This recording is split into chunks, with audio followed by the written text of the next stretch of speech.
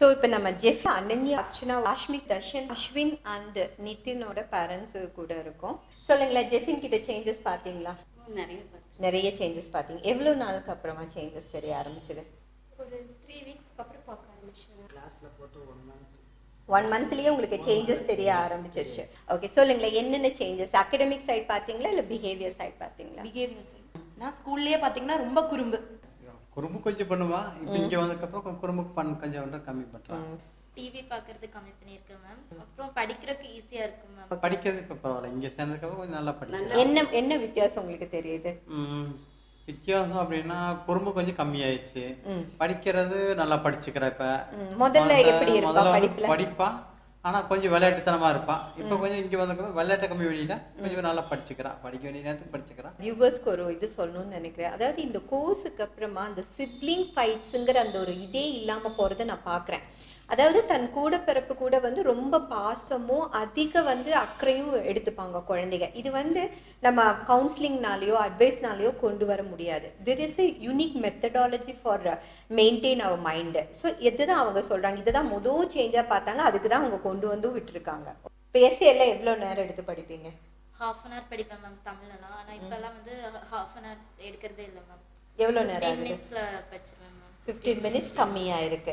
Okay, இப்போ படிக்கிறது நம்ம வந்து ஃபியூச்சர்ல வந்து எப்படி இதெல்லாம் இது பண்ணணும், நம்ம பண்றது அம்மா அப்பாவுக்கு வந்து எவ்வளவு சிரமப்படுறாங்க, அந்த இதெல்லாம் புரிதல் வந்து அதிகமா இருந்தது. நம்ம அவங்களுக்கு ஏதாச்சும் நம்ம பண்ணணும், நம்ம கரெக்டா பண்ணணும், அந்த லெவலுக்கு எல்லாம் வந்து திங்க் பண்ண ஆரம்பிச்சுட்டு அப்படி. ஸோ படிப்புல இல்லாம வேற என்ன விஷயத்துல? டிவி பார்க்கறது கம்மியா இருக்கு அப்படின்னு சொன்னேன். வேற என்ன விஷயம்? ஃபர்ஸ்ட் வந்து அவன் ஹேண்ட் ரைட்டிங்ல நல்ல இம்ப்ரூவ்மெண்ட் வந்துச்சு. ஹேண்ட் ரைட்டிங் காம்படிஷன்ல ஆஃப் கோர்ஸ் அவன் தான் ஃபர்ஸ்ட் ஸ்கூல்ல. Very good ma'am. அப்புறம் கிரியேட்டிவிட்டியாக எனக்கா நிறைய தோணுது மேம். உள் மனதுல ஒரு தேடல் இருக்கு இல்லைங்களா, அதுக்கு உண்டான ஒரு அவளுக்கு விஷயம் அங்க கிடைச்சிருச்சுங்கிறீங்க. கிடைச்ச உடனே இவன் ஆட்டோமேட்டிக்கா வந்து மத்தவங்களோட அந்த ஒத்து போகிற தன்மை. ஸோ அவங்க ரொம்ப தெளிவா சொல்றாங்க, மனதின் தேடல் நிறைவேறின உடனேயே வந்து அவ ஹாப்பி ஆயிட்டான்னு நான் ஃபீல் பண்றேன். அது ரொம்ப பெரிய விஷயம். நம்ம வந்து வெளியில சில விஷயம் பண்ணுவோம், ஆனா நம்ம மனதின் தேடல் வேறெல்லாம் இருக்கும். அதே டிஆர் கிளாஸ் போனதுக்கு அப்புறம் நாங்க செகண்ட் மிட் எழுதணும். அதெல்லாம் பாத்தீங்கன்னா பரவாயில்லைங்க, கோவமெல்லாம் கொஞ்சம் கம்மியாயிருக்கு. ஸோ நிறைய பேரண்ட்ஸ் என்கிட்ட சொல்ற விஷயம் என்னன்னா, பிடிவாதம் கம்மியா இருக்கு, கோபம் கம்மியா இருக்கு அப்படிங்கிறது. அடுத்து வந்து மெமரி பவர் கொஞ்சம் நல்லா இருந்துச்சு. கொஞ்சம் ஞாபக சக்தி கொஞ்சம் முன்னாடி இருந்ததை விட நல்ல. நீங்க தான் உட்காருவீங்களா படிக்கும் போதெல்லாம்? உங்களுக்கே தெரியுது அந்த மெமரி இன்க்ரீஸ் ஆயிருக்கு. ஓகே, மெமரினாலே அப்போ சீக்கிரமா அவன் படிச்சுக்கிறாங்க. படிக்கிற டைம் கம்மியா இருக்கா? ஆக்சுவலா வந்து பிசிக்கலா வந்து எந்த ப்ரோக்ராமுக்கு அட்டெண்ட் பண்ண மாட்டான். கிரியேட்டிவா திங்கிங்கா அந்த மாதிரியான ப்ரோக்ராம்ஸ் தான் அவளுக்கு ரொம்ப இன்ட்ரெஸ்ட். இப்போ வந்து அதனால இவ ஒரு கிளாஸ் கூட மிஸ் பண்ண மாட்டேங்கிறான். டிஆ கிளாஸ் ரொம்ப பிடிச்சிருக்குது.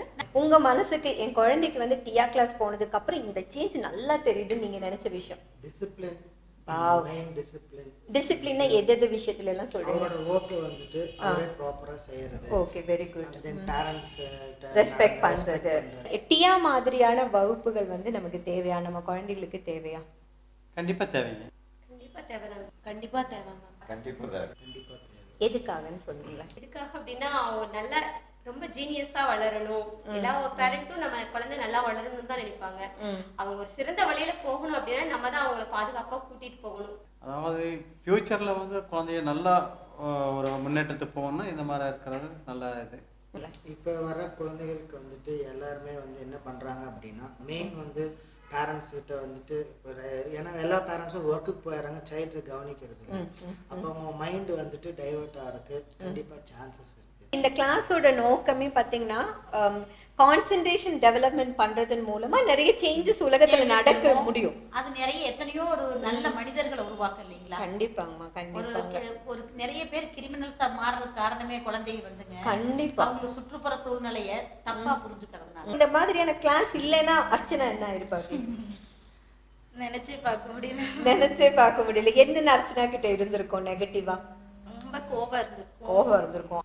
அப்புறம் படிக்க முடிஞ்சிருக்காது மேம். புரிஞ்சு படிக்க முடிஞ்சிருக்காது. ஈஸியா படிக்க முடிஞ்சிருக்காது. டைம் எடுத்துட்டு ரொம்ப இதா படிப்பேன். கஷ்டப்பட்டிருப்ப ரொம்ப. ஸோ இந்த 2 விஷயங்களுக்காக வச்சு டியா வந்தது வந்து பிளெஸ்ஸிங் தான் இல்லையா? ஓகே. ஸோ டியாவோட கிளாஸ்ல நீங்க அவுட் ஆஃப் 100%னா அவுட் ஆஃப் 100க்கு நீங்க எவ்வளோ மார்க் கொடுப்பீங்க? 100 கொடுக்கலாங்க. ஸோ டியா கிளாஸ்ல ஹாப்பியா இருக்கீங்க?